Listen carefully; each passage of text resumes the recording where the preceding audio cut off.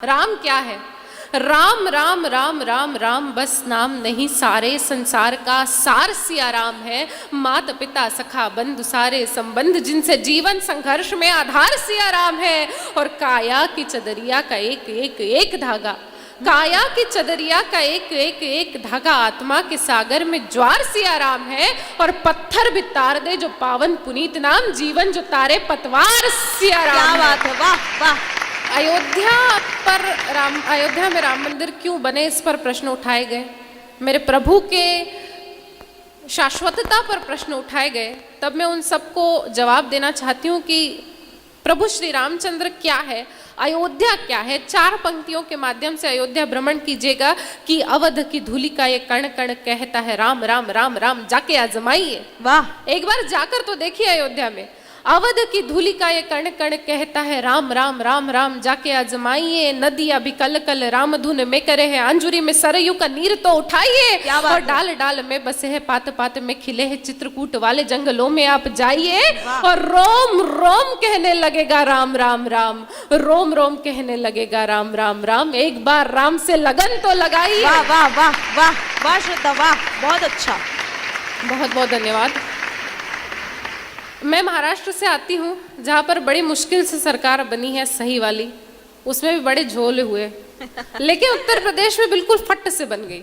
क्यों बनी, उसका कारण बताना चाहती हूँ। मैंने अभी बताया कि मैं कार्यसेवकों के परिवार से आती हूँ, मैं प्रचारकों के परिवार से आती हूँ। हम लोगों ने साहब बहुत बहुत बहुत लंबी प्रतीक्षा की है प्रभु श्री रामचंद्र जी की। आज जब शिलाएं आई तब शायद हम में से हर कोई खुशी के आंसू आंख में लेकर उन शिलाओं का स्वागत कर रहा था। तब मैं पंक्तियां निवेदित करती हूँ कि उस योगी की जीत के पीछे का कारण क्या है, क्या जीता है उत्तर प्रदेश के चुनाव में। राम नाम का गौरव जीता। पूरा डूब कर सुनिए, तालियां बजाइए, क्योंकि मुझे समझेगा कि आप सुन रहे थे। राम नाम का गौरव जीता, सत्य सनातन सौरव जीता, अवधपुरी की माटी जीती, केसरिया परिपाटी जीती, जीता लाल लहू कोठारी, तपो साधना जीती सारी, जीती है हुंकार हमारी और हिंदू आधार हमारी। भगवा वो विंध्याचल जीता, काशी का गंगा जल जीता, चोटी जीती, वंदन जीता और भाल का चंदन जीता। जीत गई घनघोर प्रतीक्षा, जीत गई गीता की शिक्षा, जीत गए हनुमंत जान की, जय जय हो करुणा निधान की। और क्या जीता है अब की बारी, काशी मथुरा की तैयारी। और आतंक की बुरकों पर भारी एक अकेला भगवाधारी। वाह वाह वाह, बहुत बढ़िया, वाह वाह श्रद्धा, वाह वाह वाह वाह वाह, बहुत बहुत धन्यवाद। और शायद अब तक आप समझ चुके होंगे कि मैं श्रृंगार नहीं अंगार सुनाती हूँ, तो मैं अपना परिचय पुनः 4 पंक्तियों के माध्यम से देना चाहती हूँ कि वीरता के व्रत से विभूषित है वदन, विपत्ति विनाश व वृथाएं नहीं गाऊंगी। क्या बात है। मुझे यहाँ का रोना नहीं है कि मेरा वाला छोड़ के चला गया। वीरता के व्रत से विभूषित है वदन, विपत्ति विनाश व वृथाएं नहीं गाऊंगी। नीर नयनों में नहीं, ज्वार अखियों में होगी, क्लेशकारी कष्ट की कथाएं नहीं गाऊंगी। प्रेम अनुराग सद्भावना की बात होगी, प्रज्ञा से विहीन मैं प्रथाएं नहीं गाऊंगी। और लक्ष्मीबाई पन्नाधाई पद्मिनी की वंशजा हूँ। लक्ष्मीबाई पन्नाधाई पद्मिनी की वंशजा हूँ। लड़के मरूंगी पर व्यथाएं नहीं गाऊंगी। लड़के मरूंगी पर व्यथाएं नहीं। वाह, तुम्हारा वाला तुमको छोड़ के भी नहीं जा सकता श्रद्धा, जिस प्रकार तुम कविता करती हो। हिम्मत है किसी की छोड़ के जाए। तो स्वागत है। मैं आगे बढ़ती हूँ इसी क्रम में कि एक प्रसंग से जोड़ना चाहती हूँ वाल्मीकि रामायण के।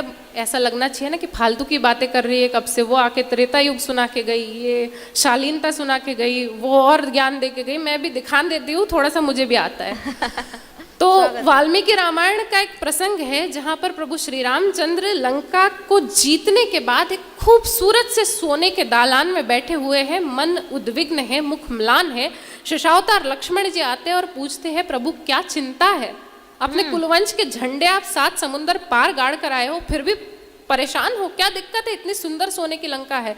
प्रभु उत्तर देते हैं, उत्तर पर तालियां बजे महर्षि वाल्मीकि के लिए बजे, मेरे लिए नहीं, कि अपि स्वर्णमयी लंका नमे लक्ष्मण रोचते, जननी जन्म भूमिश्च स्वर्गादपि गरियसी। वाह वाह वाह लक्ष्मण, ये सोने की लंका भले कितनी लुभावनी हो, लेकिन मेरी माँ और मेरी मातृभूमि से सुंदर नहीं हो सकती। तब मैं पंक्तियां निवेदित करती हूँ कि क्या है ये भूमि।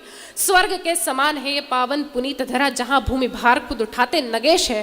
क्या बात है। स्वर्ग के समान है ये पावन पुनीत धरा, जहां भूमि भार खुद उठाते नगेश है। और कभी मंथन में मिल जाए गरल तो धार लेते कंठ में, यहाँ स्वयं महेश है। शांति प्रिय गौतम की यही भूमि है, किंतु वही परशुराम वाली अग्नि विशेष है। और जिसने बालकाल में ही दांत गिने शेर के, उसी भरत वाला भारत का आवेश है। क्या बात उसी है। भरत वाला भारत का वाह वाह वाह।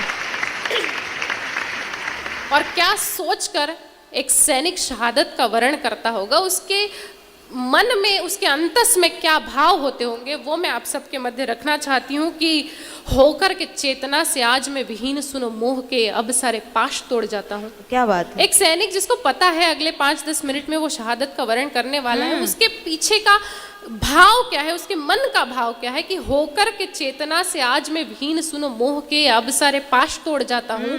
और देश हित हेतु रह गए जो अधूरे, आपके हवाले सारे काम छोड़ जाता हूँ। जनक को जननी को जाह्नवी को जंगल को जन्मभूमि भारती को हाथ जोड़ जाता हूँ। जनक को जननी को जाह्नवी को जंगल को जन्मभूमि भारती को हाथ जोड़ जाता हूँ। और जिसके लिए सारी जिंदगी लुटाई मैंने, जान से भी प्यारा वो तिरंगा ओढ़ जाता हूँ। क्या बात है। वाह जान से भी प्यारा वो तिरंगा ओढ़ जाता है। अब तो खैर भारतवर्ष में पहले सिर्फ गाड़ियां पलटती थी, अब आदमी पलटने लगे हैं। मैं उस जागरण की ओर बढ़ना चाहती हूँ जिस जागरण को लेकर मैं चलती हूँ। मेरा मानना है कि यहाँ की हर स्त्री शक्ति स्वरूपा हो, और वो है, बस उसे जागृति की आवश्यकता है। यहाँ एक श्रद्धा हुई जिसके 35 टुकड़े हो गए, उसको 35 टुकड़ों में काट दिया गया। मैं चाहती हूँ कि यहाँ एक एक श्रद्धा ऐसी हो जो 35-35 के टुकड़े करके रख दे, पर झुके नहीं। क्या बात है। वाह। तब मैं पंक्तियां निवेदित करती हूँ कि हे विरहिणी व्यर्थ के आलाप गाना छोड़ दे, रोना धोना बंद कर दो। हे विरहिणी व्यर्थ के आलाप गाना छोड़ दे, वेदना के फिर वही सब ताप गाना छोड़ दे। और कंठ में धर चेतना के स्वर जगा जा तू अलख, वरदान गा समरांगिणी अभिशाप गाना छोड़ दे। और क्यों छोड़े, तू वह शक्ति का स्वर है जिसमें सृष्टि रचने की ताकत है। तू परशुराम की भी जननी, जग पालक की भी पालक है। तू रास रचैया जगत खिवैया, कृष्ण कन्हैया की माता। तू खप्पर वाली का खप्पर जो कभी नहीं है भर पाता। तो साहस शौर्य समर्पण को तू जीवन का आधार बना। अरे धार रूप रण चंडी का तू शस्त्रों को श्रृंगार बना। तू शस्त्रों को श्रृंगार बना। और मैं माँ हिंदी की सबसे छोटी कलम हूँ, लेकिन भाषाई सभ्यता से एक छोटी सी तकरार मेरी हमेशा से रही है कि जो आदमी, जो पुरुष कमजोर दिखाई देता है, उसे कहा जाता है चूड़ियां पहन ले। बहुत अच्छी है। वाह। मेरा प्रश्न है कि यदि चूड़ियां मानक है कमजोरी का, तो क्या आप जगत जननी जगदम्बा को चूड़ियां पहनाते? तब मैं पंक्तियां निवेदित करती हूँ कि चूड़ियां मुझे क्या दिखाई देती है, कलियों से कोमल हाथों का आधार दिखाई देती है। और इस कविता के लिए मैं आपसे तालियां मांगती हूं, क्योंकि मुझे संबल मिलेगा, मैं सारे देश में पढ़ सकूंगी। कलियों से कोमल हाथों का आधार दिखाई देती है, तलवारों के बीच नाचती धार दिखाई देती है, रणचंडी का वह रणभेदी वार दिखाई देती है, जगजननी इस जीवन का सब सार दिखाई देती है, अगणित तो नंगारों का आगार दिखाई देती है, धर्म ध्वजा को हाथ लिए प्रतिकार दिखाई देती है, चट्टाने चिंगारी और अंगार दिखाई देती है, और तुमको चाहे निर्बल का श्रृंगार दिखाई देती हो, लेकिन मुझको ये चूड़ी हथियार दिखाई देती है। वाह वाह श्रद्धा, वाह, बहुत अच्छा, बहुत अच्छा। और क्या करके दिखाए, बहुत